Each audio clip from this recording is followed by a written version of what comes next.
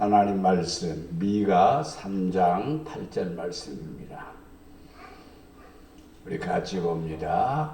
오직 나는 여호와의 영으로 말미암아 능력과 정의와 용기로 충만하여져서 야곱의 허물과 이스라엘의 죄를 그들에게 보이리라. 아멘. 아멘. 아멘. 주님의 이름으로 사랑합니다. 주님의 이름으로 사랑합니다. 주님의 이름으로 사랑합니다. 아멘. 자, 여호와의 영으로 말미암아. 영이란 말은 하나님의 성령을 가리켜 말하기도 합니다. 하나님 안에는 영이 있습니다. 하나님은 영이십니다. 근데 그 하나님이 우리에게 뭘 불어넣으니 생기를 불어넣어 주셨습니다. 지난 시간에 이 말씀했죠. 생기야 들어가라. 그 생기가 뭐냐?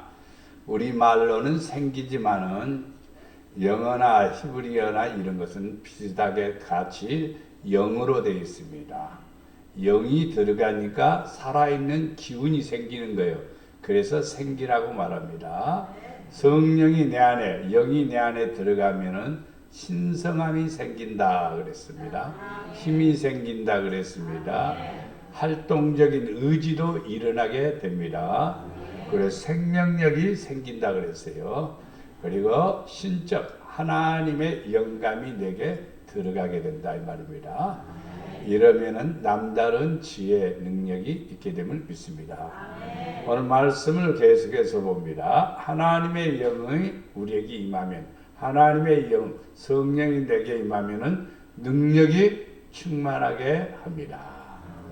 사람의 능력은 제한되어 있습니다. 사람의 능력은 한계가 있습니다. 그런데 하나님의 영이 임하면은 그 능력이 몇 배가 되는지 아무도 이해하지 못합니다. 내게 있는 능력이 배로 더 증가된다 이 말입니다. 자, 엘리야하고 엘리사하고 내가 너에게 뭘 줄까 물을 때 당신의 영감, 성령이 내게 갑절로 있기를 원합니다. 이렇게 원했습니다. 그러면 그 능력이 언제 임하느냐? 내가 하나님께로 올라가는 것을 네가 볼 때 그것을 네가 받게 되리라 그랬습니다.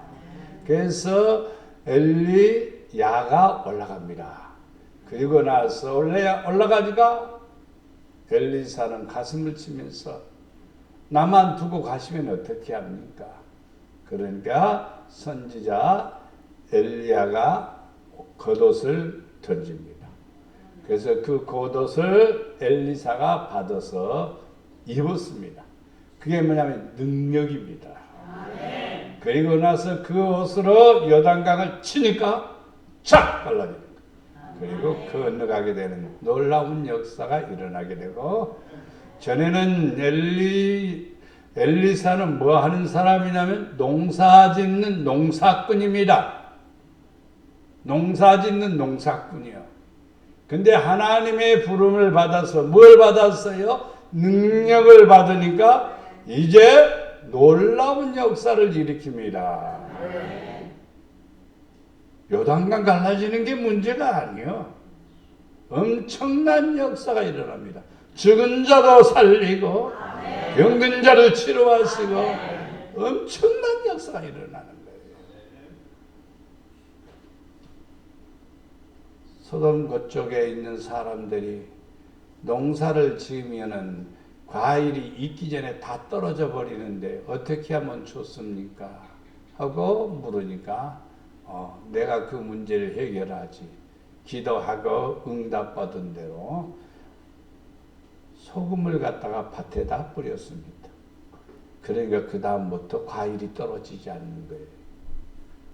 그렇다고 소금을 잔뜩 뿌리는 게 아니에요. 간혹 소금을 이렇게 뿌려주면은 곡식이 굉장히 효과적이랍니다. 근데 그런 지혜와 능력이 어디에서 생기냐? 하나님이 주시는 영감입니다. 하나님이 주시는 영적인 능력입니다.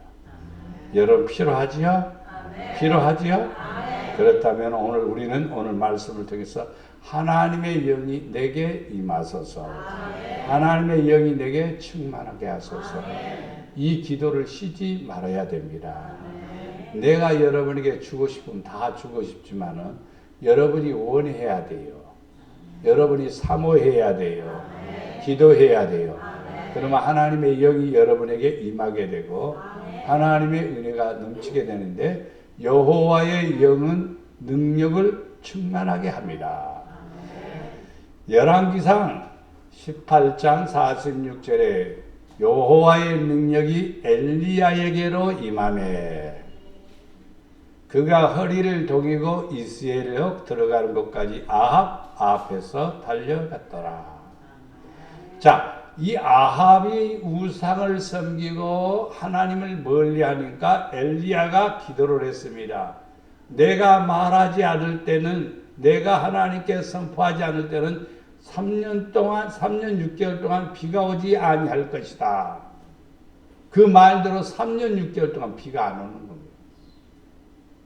그러니까 3년이 넘고 비가 안 오니까 이 백성들이 엄청나게 어려움과 곤란에 처하게 됩니다.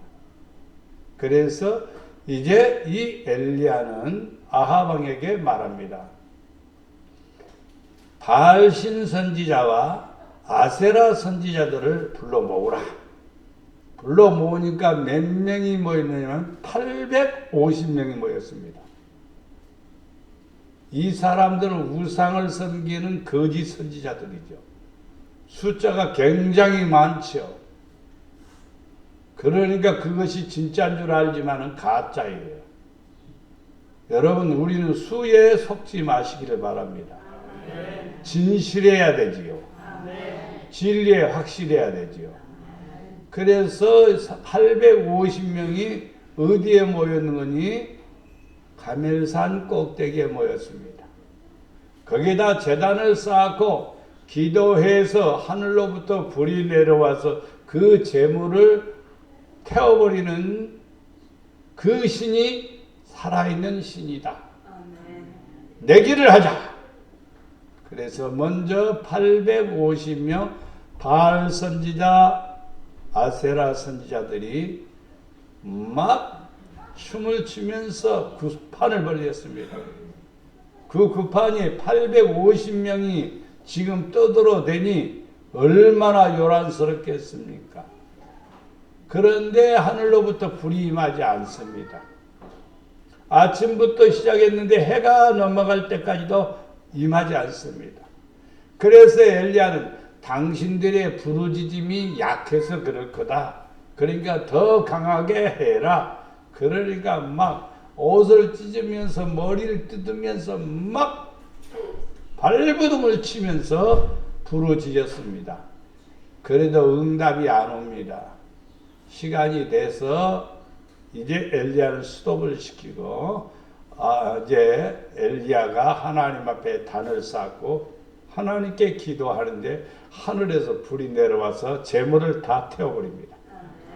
이 놀라운 역사가 일어난 다음에 이 엘리야는 아합 왕에게 군사들에게 명령하여서 거짓 선지자들을 다 잡아서 기론 시내가에서 다 죽이라 그랬습니다.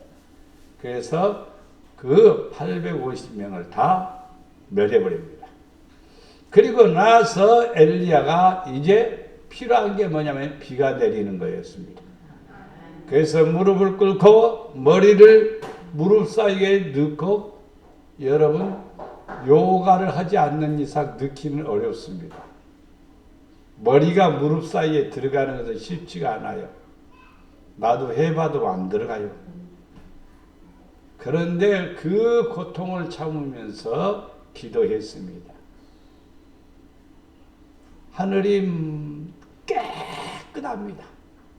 구름 한 점 없이 청명합니다. 첫 번째 기도했고, 두 번째 기도했고, 세 번째 기도하고, 그때마다 사환에게 가서 봐라. 지중해 쪽을 바라봐라. 아직도 구름 한 점 없습니다. 그래서 마지막 7째에 가서 봐라. 그러니까 지중해란에 손바닥만한, 성경 그대로입니다. 손바닥만한 구름이 있습니다. 아, 됐다. 이 엘리야의 귀에는 빗소리가 들렸습니다. 이건 믿음입니다. 구름이 말을 하겠습니까? 믿음이죠, 믿음.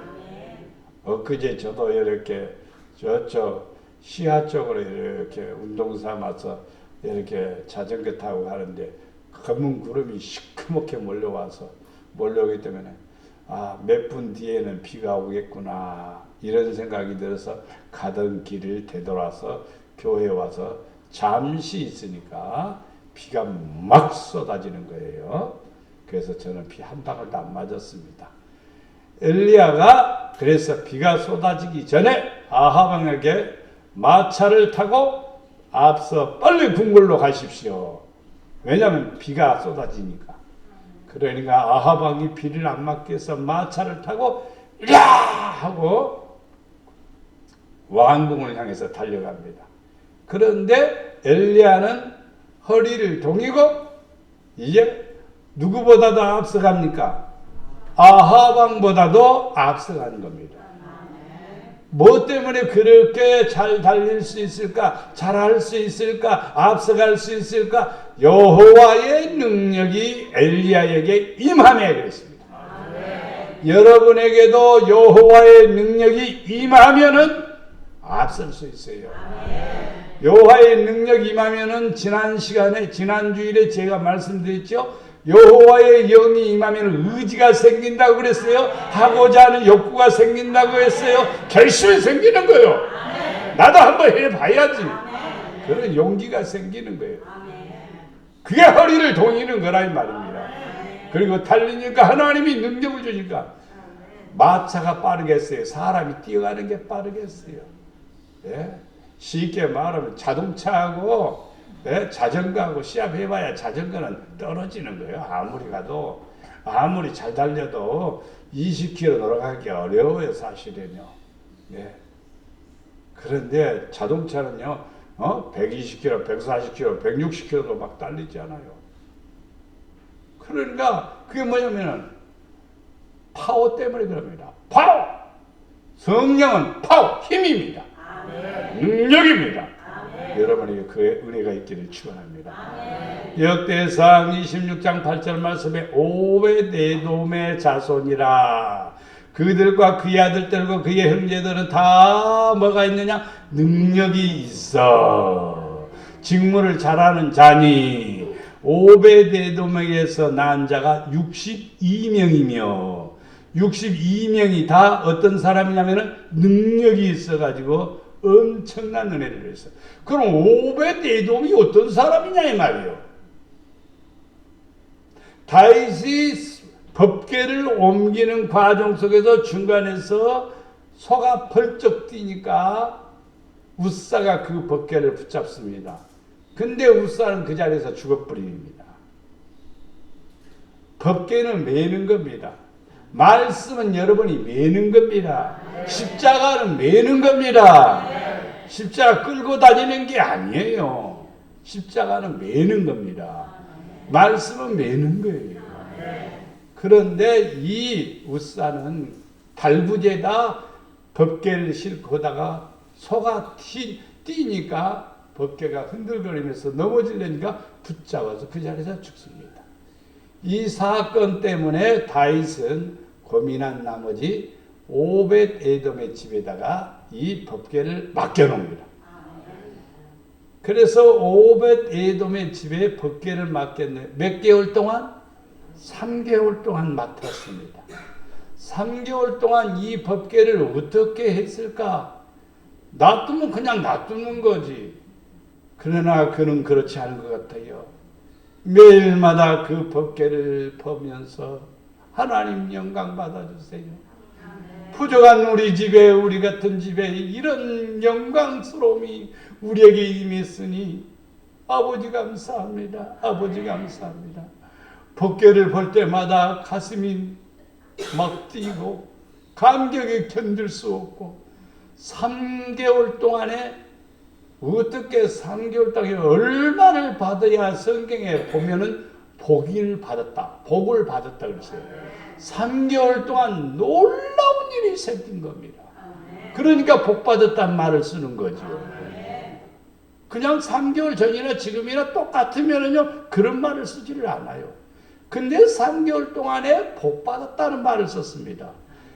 복 받았다는 소리를 듣고 다윗이 아이고야 더듬으면 안 되겠다. 다시 이제 정식적으로 레인들을 동원시켜서 성경대로 하나님의 법제를 바로 성막으로 옮기게 됩니다. 그해 오베데돔의 자손들은 복을 받는데 형제들도 능력 있고 참 집안에서요 한 사람만 잘 믿어도요 다 복 받는 거예요. 다 잘 되는 거예요. 하나님의 엄청난 은혜가 임하는 거예요. 예, 다 잘 되는 거예요. 집안에서 잘 믿는 사람이 누구냐 이 말이요. 여러분 자신이 돼야 되는 거예요. 기도의 용사가 돼야 되고 믿음의 대장부가 돼야 되는 거예요. 그래야 복을 받는 거죠. 그냥 죽도 아니고 밥도 아니고 대충 슬렁슬렁 그러면 안 돼요. 진짜 잘 믿어야 됩니다. 저는 우리 가정에 형제들이 6입니다. 아들 셋, 딸 셋입니다. 다 잘 됐습니다. 누구 때문이냐? 그러면 하나님 때문이죠. 그러나 믿음의 시작은 저로부터 시작한 겁니다. 어머니도 아버지도 안 믿었습니다. 할머니도 안 믿었습니다. 할머니 믿고 돌아가시게 하고 어머니 아버지도 예수 믿고 집사님으로 봉사하고 일하시다가 돌아가시고 형제들 누님은 권사님, 명은 장로님, 그 다음에 동생들이 있어요. 동생들 제일 큰 형님이 있죠. 내 위에 형님이 있습니다. 집사님. 또 형수님은 권사님. 그 다음에 밑에 동생들은 맨 막내 동생이 지금 막내 동생이 권사님. 그 권사님. 그게 또 신랑은 장로님. 집안에 그래서 권사님, 장로님들이 수두룩합니다. 큰 집, 작은 집이 다. 그 다음에 또 고모네도 내가 나 때문에 목사가 되어서 지금 목회하고 있어요. 청량리에서.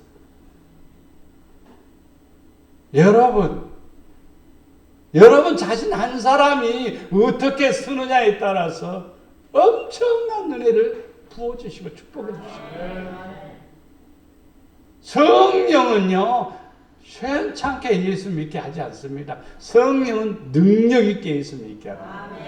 성령은 하나님의 권능 안에 있게 하는 겁니다. 하나님이 역사하셔요 지금도요.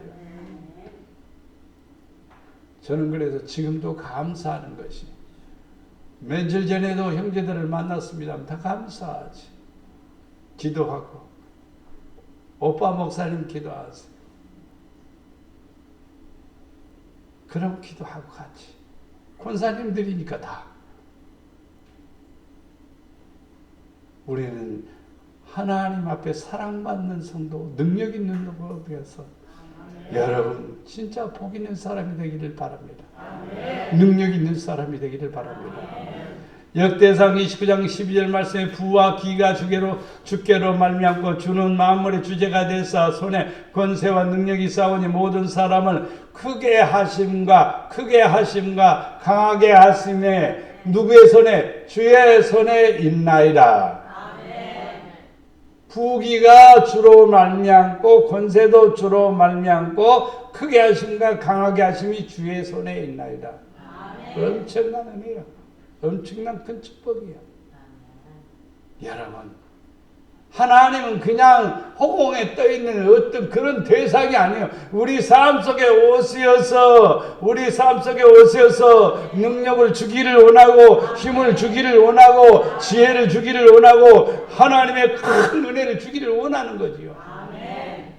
그래서 성령이 임하면 아버지의 영이 임하면 우리는 어떤 사람이 되느냐면 강한 자 능력이 있는 사람이 된다.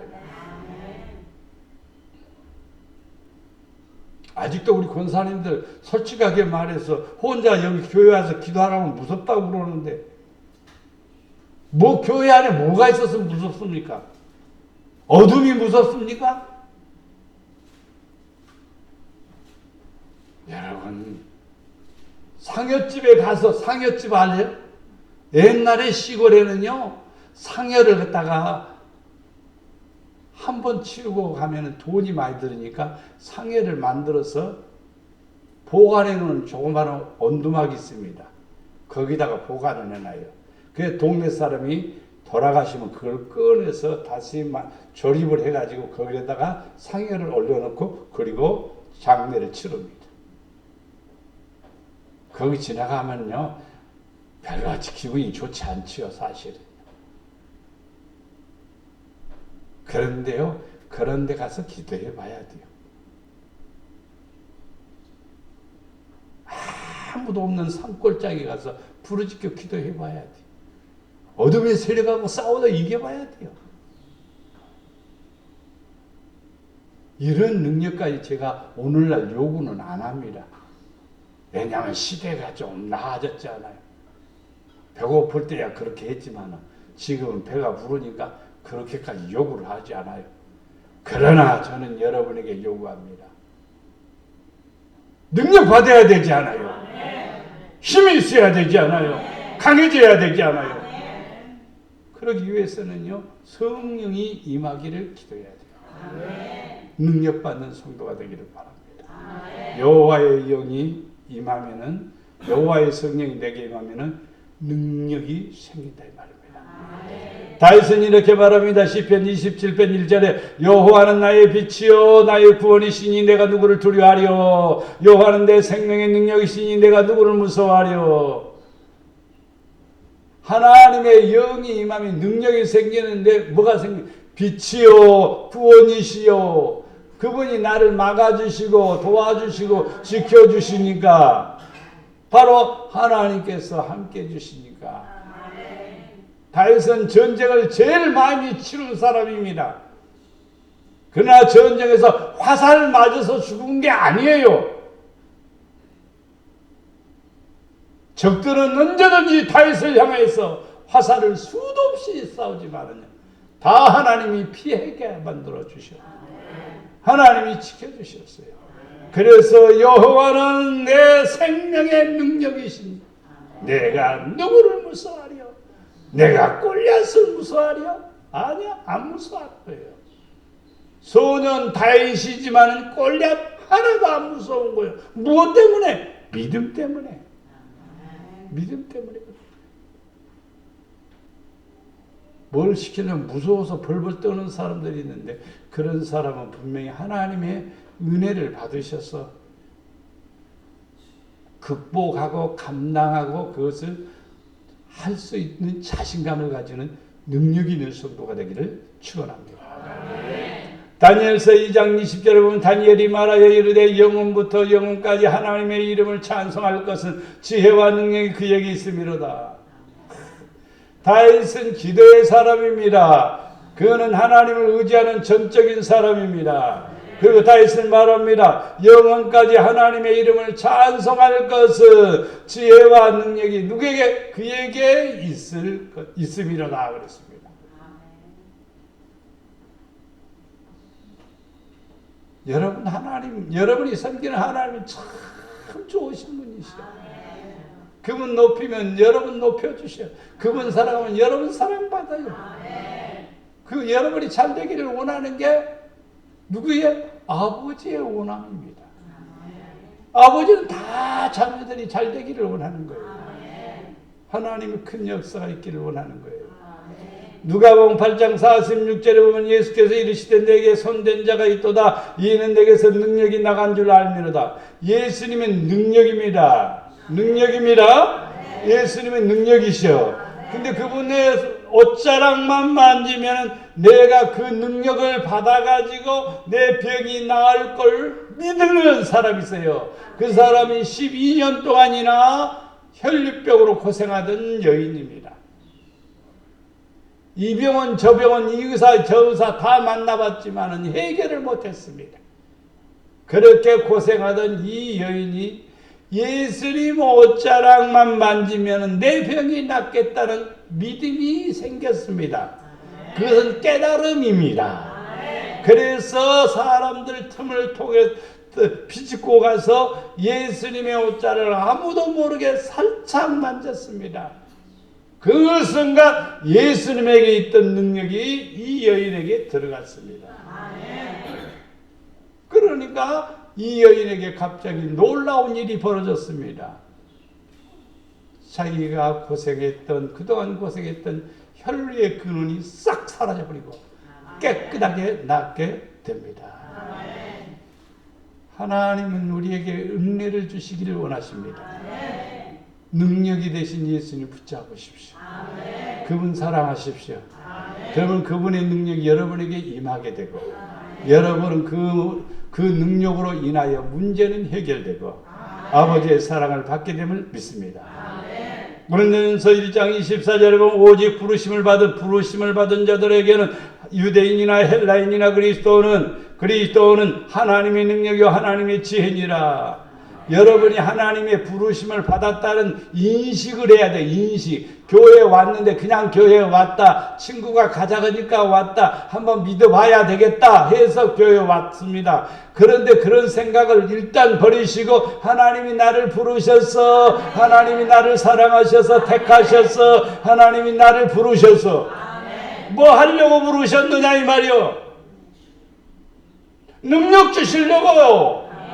복 주시려고, 구원해 주시려고 우리를 부르셨습니다. 그러니까 여러분 머릿속에 예수 믿는 성도들 머릿속에서는요 항상 하나님이 나를 부르셨어. 하나님이 나를 부르셨어. 저는 목회하기 전부터 그 생각을 했습니다. 신학 공부할 때도 하나님이 나를 특별하게 부르셨다. 하나님이 나를 특별하게 불렀다. 그래서 제 어머니가 믿음이 없는 어머니였어요. 신앙생활 안 하는 어머니였어요. 그런데도 저한테 마지막 하신 말씀이 내 뱃속에 있을 때 하나님이 너를 택했다. 이 말씀을 저는 마지막 들은 것 같아요. 하나님은 우리를 부르셨어요. 부름을 받은 사람 그냥 불러놓고 아무것도 안 준다면, 아무것도 없다면요 무슨 소용이 있겠습니까? 근데 우리를 부르시는 이유가 있습니다. 사용하기 위해서. 사용하려면 뭐가 필요하느냐? 능력이 필요한 거예요. 지혜가 필요한 거예요. 권세가 필요한 거예요. 재물도 필요한 거예요. 그걸 준다는 거예요. 그러니까 여러분 머릿속에는, 우리 목양교회 모든 성도들 머릿속에는 하나님이 나를 특별하게 부르셨다. 특별하게 부르셨다. 이 믿음을 가지시기를 바랍니다. 그러면 하나님으로부터 성령이 임합니다. 그 성령이 능력입니다. 그 성령이 지혜입니다. 그 성령이 축복입니다. 두 번째 보면은 여호와의 영은 정의가 충만하게 합니다. 정의란 바를 정자를 쓰고 옳을 의자를 쓰지요. 바르고 의롭다 이 말이에요. 위선적이어서도 안 됩니다.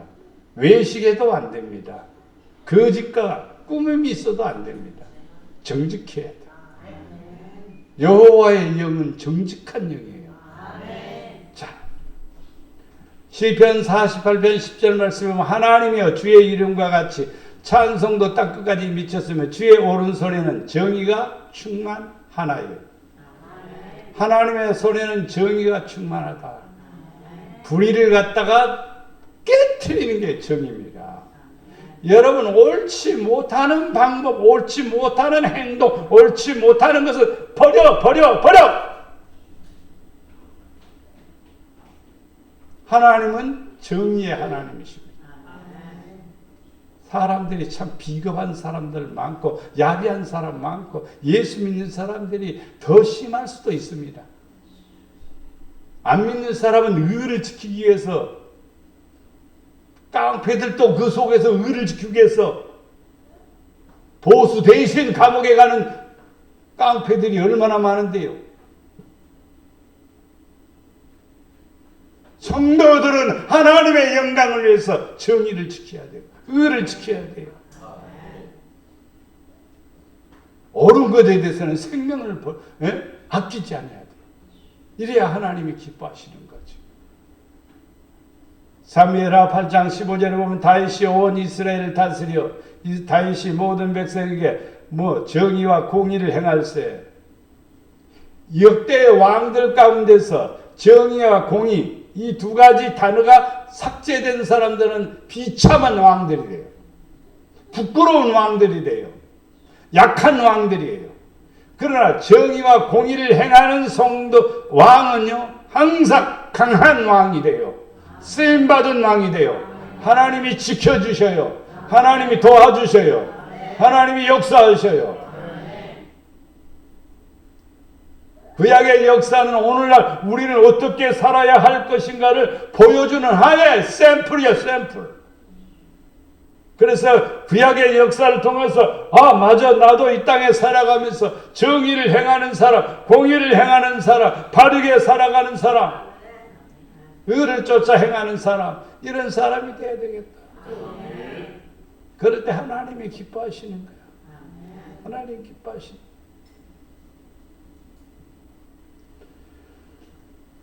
역대하 42장 2절, 3절, 4절, 5절 말씀에 아사가 그의 하나님 여호와 보시기에 선과 정의를 행하여 이방 제단과 산당을 없애고 주상을 깨뜨리며 아세라상을 찍고 유다 사람에게 명하여 그 조상들의 하나님 여호와를 찾게 하며 그의 율법과 명령을 행하게 하고 또 유다 모든 성읍에서 산당과 태양상을 없애매 나라가 그 앞에서 뭐하다? 평안을 누리니라.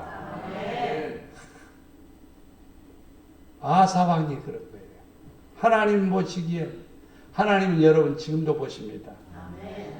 항상 보고 계십니다. 믿음으로 하는지 진짜로 하는지 가짜로 하는지 열심히 하는지 대충대충 하는지 다 보고 계셔. 다 보고 계셔. 하나님께서. 하나님 보시기에 여러분 선과 정의를 행하시고 산당과 아세라 상들은 다 깨뜨리고 찍어버리고 다 버리고 하나님을 찾고 율례와 명령을 지켜 행하면은요 하나님께서 여러분을 은혜를 주십니다. 평안이라는 말은요 중국 사람들이 참 좋아합니다. 중국 사람은 똑같 발음이 비슷해요. 평안이라고. 근데 좀 발음이 셉니다. 이기전 성분이 한번 발음 한번 해보십시오. 평안. 평안일이야. 좀 세. 평안. 예, 똑같아요. 표현이. 그리고 써주면은 굉장히 좋아해요. 예. 평안이라는 단어를 써주면 너무너무 좋아요. 그래서 중국 가정에 가보면요, 평안이라는 단어를 딱 써놔요. 걱정이 없는 상태, 모든 것이 채워지는 상태. 이런 것들이 뭐냐? 하나님이 주시는 은혜라 이 말입니다. 여러분 가정에 하나님의 은혜와 축복이 임하기 위해서는 평안을 누리기 위해서 오늘 말씀에 하나님의 영이 임해야 돼요. 그리고 기도해야 돼요. 욥기 29장 14절 말씀에 내가 의의 옷으로 삼아 입었으며 욥이 입고 있는 옷이 무슨 옷이에요? 의의 옷을 입었으며 나의 정의는 겉옷과 모자 같았느니라. 옷 중에서 제일 멋진 최고의 옷인 것 같아요. 비싼 옷들은 비싸더라고요. 예, 굉장히 비싼 옷들이 있어요. 근데 아무리 비싼 옷을 입어도 사람이 타락과 부패, 하나님을 모르게 되면 추한 거예요. 추한 거예요. 예. 우리가 잘 아는 7개의 마지막 교회 많은 성도들이 멋진 옷을 입었습니다. 호화스러운 옷을 입었습니다. 근데 주님께서 보시는 눈으로 보니까 너희들은 벌거벗었다. 부끄럽다 이 말이에요. 우리가 입어야 할 옷이 있습니다. 의의 옷입니다. 성도는 반드시 의를 쫓아내야 돼요. 옳은 것을 쫓아내야 돼요. 옳은 길 따르라, 의의 길. 이 길이 뭐냐면 참된 길입니다.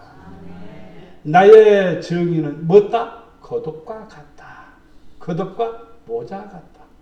모자 쓰기를 좋아하는 사람도 있지요. 그런데 그것이 무엇이냐? 정의란 말입니다. 옳은 일에 앞장서고, 좋은 일에 앞장서고, 하나님이 기뻐하는 일에 앞장서고. 그러면 최고의 엘리트요, 최고의 멋진 성도요, 명품 옷을 거친 사람입니다.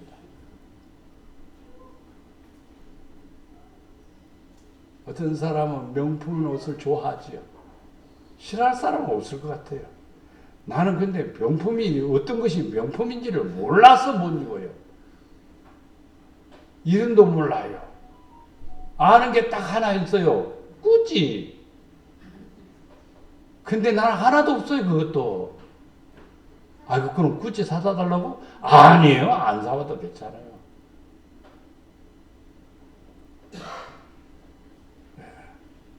중요한 게 뭐냐 이 말이에요. 중요한 것은 의요. 중요한 것은 정의요. 중요한 것은 뭐냐 이 말이에요.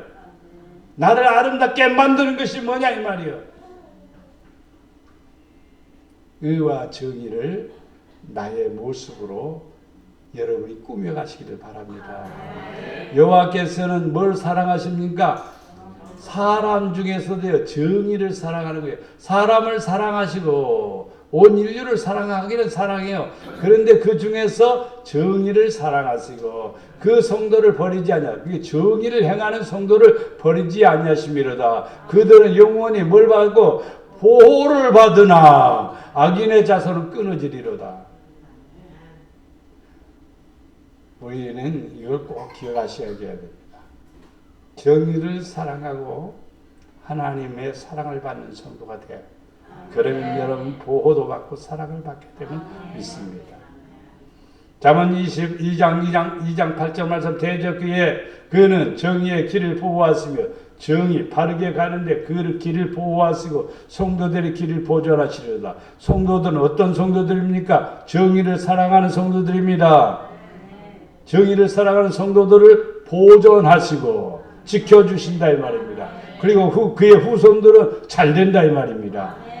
그러니까 우리는 반드시 성령이 임하는 것은, 아버지의 영이 임하는 것은 반듯하게 사는 겁니다. 아름답게 사는 것입니다. 그래서 초대교회 성도들이 은혜 받으니까 자기 것을 자기 것이라고 하지 않고 막 드리면서 그 드리니까 구제에 많은 사람들이 구제받으니까 사람들이 와 교회 가면 도와주더라. 그래서 교회로 몰려오고 부흥이 되고 역사가 일어난 거예요. 뭐 때문이겠습니까? 정의를 행하니까. 잠언 21장 3절 말씀 공의와 정의를 행하는 것은 제사 드리는 것보다 여호와께서 기쁘게 여기시느니라. 여호와께 제사하는 것은 예배입니다. 구약에는 제사라고 말합니다. 근데 신약에는 예배입니다. 근데 공의와 정의를 행하는 것은 제사 드리는 것, 예배 드리는 것보다 여호와께서 기쁘게 여기시느니라. 그러면 예배가 필요 없다는 말이 아니라, 예배가 별로 그렇게 중요한 것이 아니라 이 말이 아닙니다. 예배를 통해서 뭘 배웁니까? 공의와 정의를 행하는 것을 배우는 것입니다. 하나님을 기쁘게 하는 것을 배우는 것입니다. 그래서 예배를 드리고 그리고 공의와 정의를 행할 때 하나님이 기뻐하시는 겁니다. 시온은 정의로 구속함을 받고 뭘로 구속을 받아요? 정의로 구속함을 받고 나라가 그렇습니다. 불의가 행하게 되면요 나라는 다 망하는 거예요.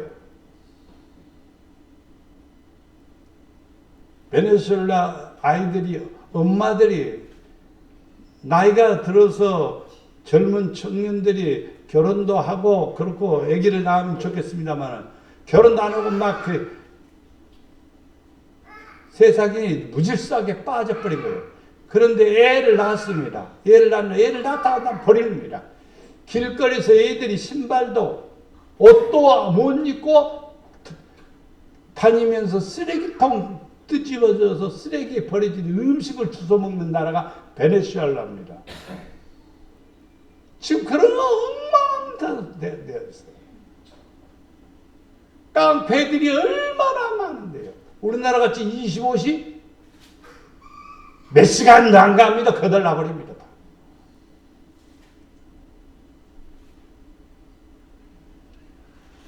지나가는 사람이 괜찮은 옷을 입고 가면은 몇 미터 못 가야 그냥 벗겨요. 그렇게 비참한 나라가 되는 거예요. 무엇 때문인가? 정의가 사라져서 그런 거예요. 베네수엘라는 세계에서요, 석유가 생산하는 나라로서요, 첫째, 둘째 가는 나라예요. 그러는 나라가 그렇게 가난한 나라가 된 이유는 사회가 정의가 망가져서 그런 거예요. 저는 우리나라를 염려하는 게 한 가지가 있습니다. 정의가 사라지는 거예요. 정의가 사라지면 제일 걱정이 바로 나라를 보장할 수가 없는 거예요.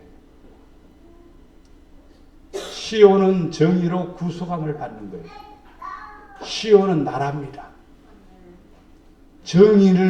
정의로운 나라는 구속을 받아요. 돌아온 자들은 공의로 구속함을 받으리라.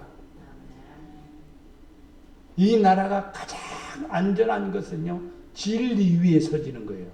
참이라고 하는 진리에 서요. 근데 거짓이 난무한단 말입니다. 속임이 난무한단 말입니다. 어떻게 8천만 원을 받고 전세 사기를 치냐 이 말이야. 그 사람은 8천만 원이 전 재산인데 사람 눈에서 피눈물 나게 만드냐 이 말이야. 없는 사람이 그 일을 합니까? 아주 못된 사람들이죠. 악한 것입니다. 한두 사람이 아니잖아요.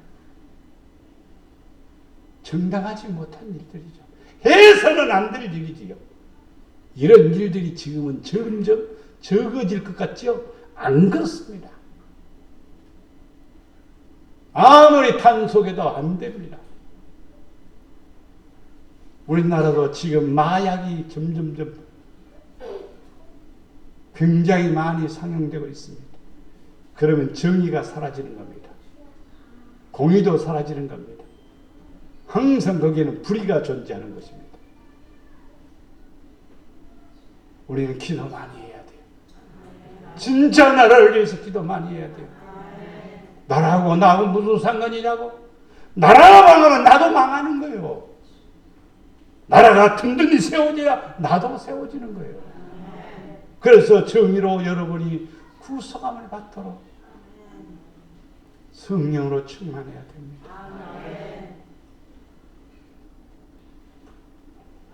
이사야 61장 8절 말씀으로 나 여호와는 정의를 사랑하며 불의의 강탈을 미워하여 성실히 그들에게 갚아주고 그들과 영원한 언약을 맺을 것이라. 불의의 강탈을 미워하시는군요. 불의한 것은 하나님이 원하지 않아요. 사람들은 묘하게 법의 테두리를 돌아서 걸리지만 않으면 되는 거요. 그러면 아니죠. 그러면 안 되죠.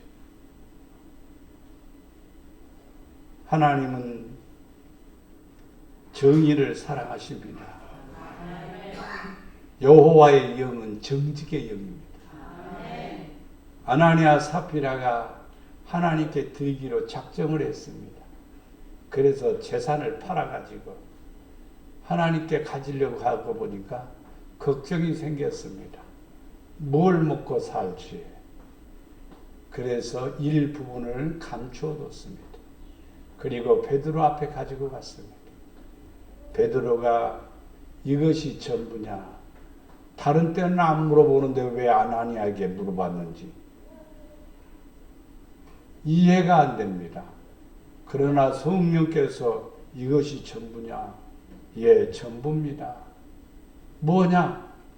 성실하게, 정의롭게, 진실하게 고백하지 않았습니다. 내가 좀 생활이 좀 걱정이 돼서 약간 이렇게 남겨두고 이거 갖고 왔습니다. 이랬으면 다른 조언을 들었겠죠. 그것도 가지고 와라. 아니면 그래 알았어. 그리고 기도해 주소든지. 근데 아니었습니다. 이것이 전부입니다. 감추어둔 것이 문제가 아니라 이것이 전부입니다. 이것이 전부입니다. 여러분 이것이 전부입니다. 얼마나 이것이 전부입니다. 하나님을 우롱할 수 없는 거예요. 하나님을 속일 수 없는 거예요.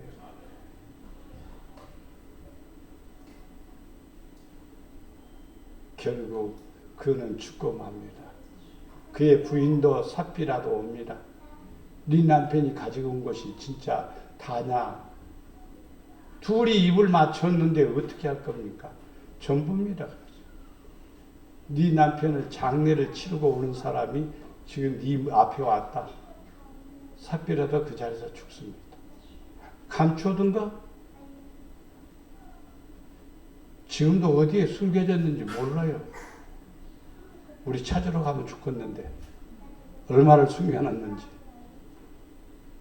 여러분, 우리는 하나님 앞에 정직해야 돼요. 정의로워야 돼요. 진실해야 돼요. 그래야 언약이 성취되고 그래야 하나님이 갚아주시고 채워주십니다. 하나님의 영은 진리의 영입니다. 그래서 우리는 진리 가운데 행하는 거예요. 세 번째로 여호와의 영은 용기가 충만하게 합니다. 용기가 충만한 거예요. 저는 손들고 누구한테 질문한 적이 없어요. 마음이 어려서 소심해서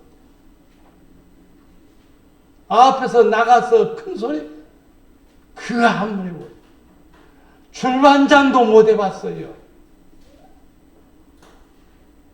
친구들 앞에 나가서 막 내가 최고야 나 따라와 이렇게 해본 역사가 없어요. 그런데 하나님의 영이 내게 임하니까 성령이 임하니까 하나님께서 나로 하여금 하게 하는 일이 있더라고요. 전하는 거예요. 전하는 거. 중학교 3학년짜리가 새벽 기도를 인도했다니까요. 중학교 3학년짜리가.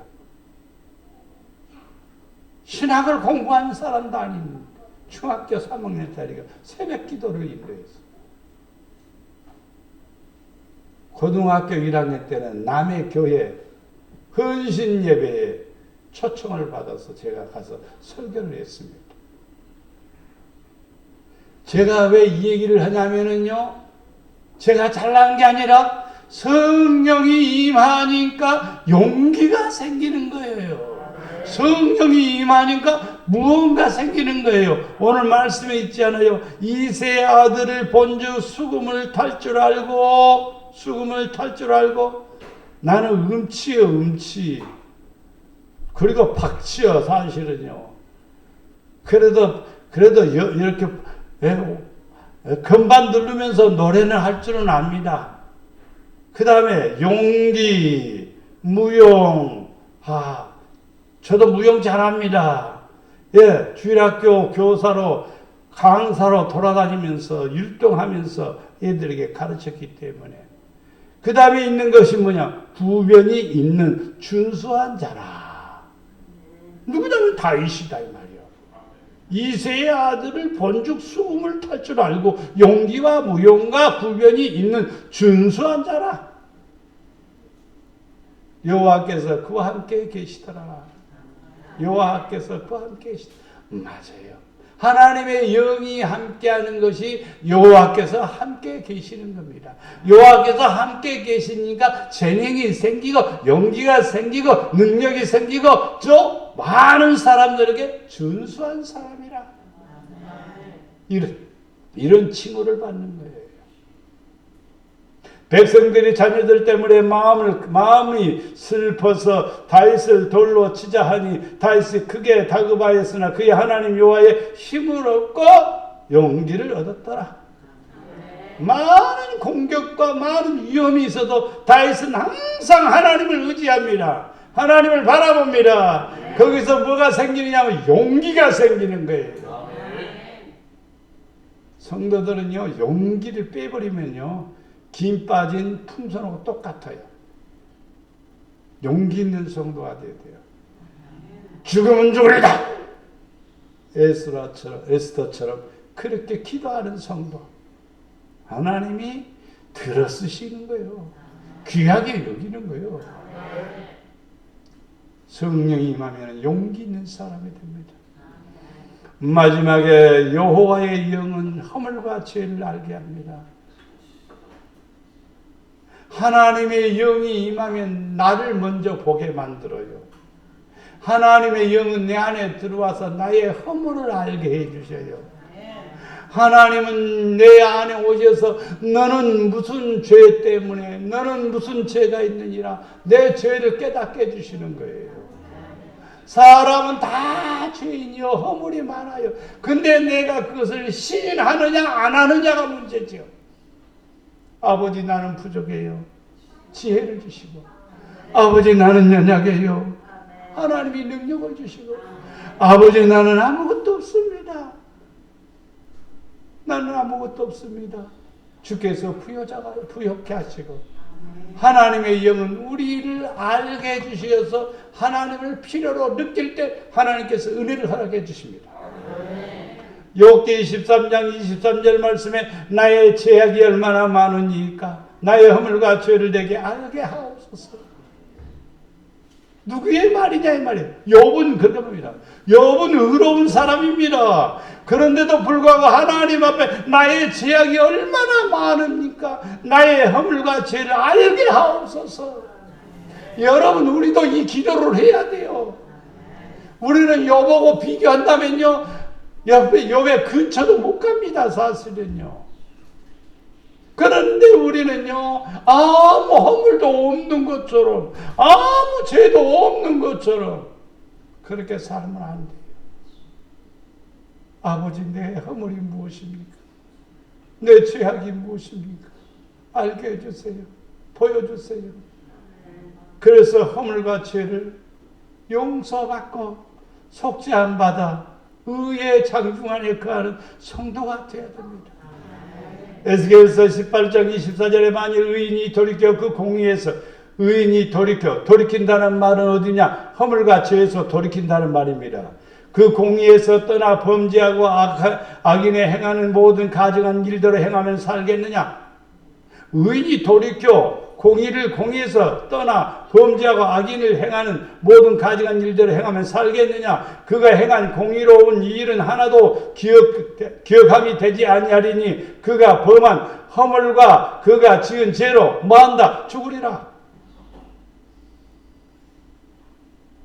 허물과 죄 때문에 죽는 거예요. 성경에서 말하는 죽는다는 말은요, 육체의 죽음이 아니라 영원한 죽음입니다. 우리는 영원한 죽음이 아니라 영원히 살아야 되지요. 그러기 위해서는 반드시 성령을 받아서 허물과 죄를 깨닫고 그것을 회개할 때 하나님의 나라가 우리에게 임하는 거예요.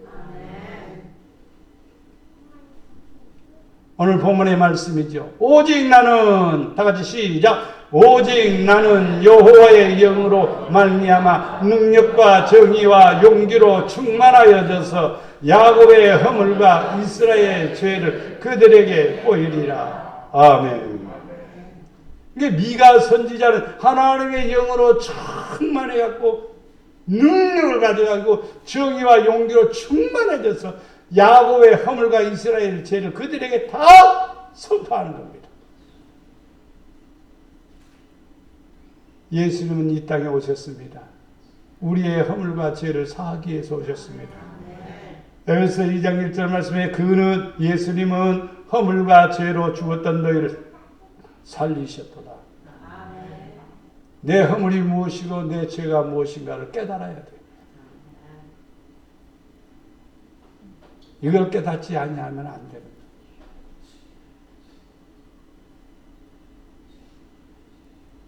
우리 목양의 성도들은 오늘 말씀을 따라 하나님의 영으로 충만하기를 축원합니다.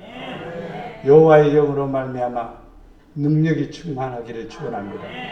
여호와의 영으로 말미암아 정의가 충만하기를 바랍니다. 여호와의 영으로 말미암아 용기가 충만하기를 바랍니다. 여호와의 영으로 말미암아 허물과 죄를 알게 하옵소서.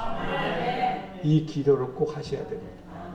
그래서 하나님 앞에 사랑받는 성도, 하나님의 큰 은혜를 누리는 성도가 되기를 주님의 이름으로 축복합니다. 사랑과 은혜가 풍성하신 아버지 하나님, 우리가 이 땅에 살면서 하나님의 영이 필요합니다. 아버지의 영을 우리에게 부어주시옵소서. 그리하여 능력 있는 성도가 되게 하시고 지혜로운 성도가 되게 하시고 정의를 행하는 성도가 되게 하시고 나의 허물과 죄악을 깨달아 아버지의 뜻을 이루어 나갈 수 있도록 축복해 주시옵소서. 우리 목양의 성도들에게 성삼일체 하나님께서 함께 하심으로 사랑받는 성도들 되게 하옵소서. 복 있는 성도들 되게 하시고 가정가정이 주의 평안을 누리게 하옵소서. 예수님의 이름으로 기도드리옵나이다.